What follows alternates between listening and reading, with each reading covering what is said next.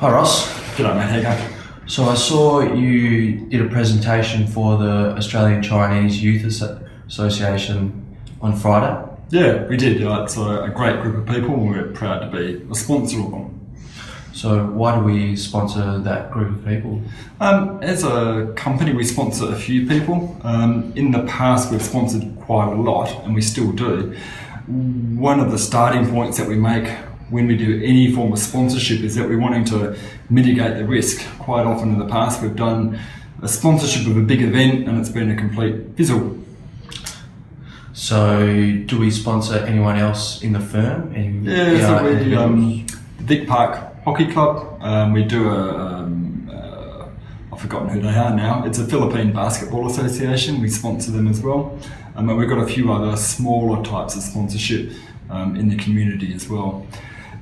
To date, with our sponsorship, we've always taken the approach that we want to like the organisation that we're with and we're wanting to support them. But we've never actively tried to seek clients as a result of our sponsorship.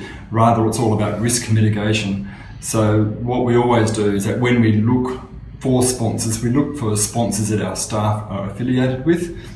So worst case scenario, nothing happens as a result of the sponsorship, but we get a goodwill feedback because we're supporting the individual staff members' sporting association, for example. So maybe next year you could sponsor my Wembley football team.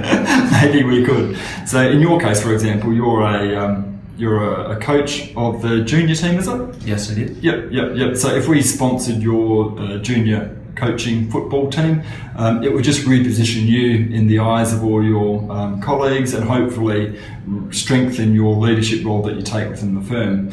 If you then compare that to, say, the Australian China Youth Association, there's a couple of strategies. We want to have diversity in the workplace, we want to have a bit of respect for our Mandarin speaking clients, and we're wanting to make sure that our incumbent staff have a greater exposure to different cultures. So with the Australian China Youth Association, we're currently offering a paid internship that we're going to repeat throughout the year.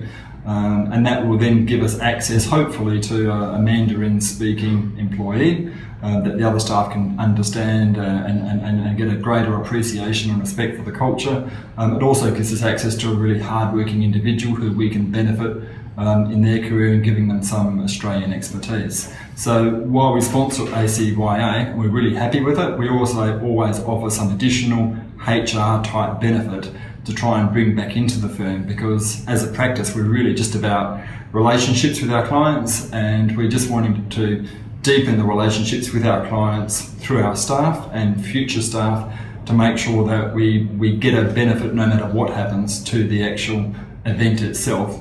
We just have a happy staff force, which is how we now try and focus a sponsorship event. Sounds great. Alright, thanks mate. Thanks.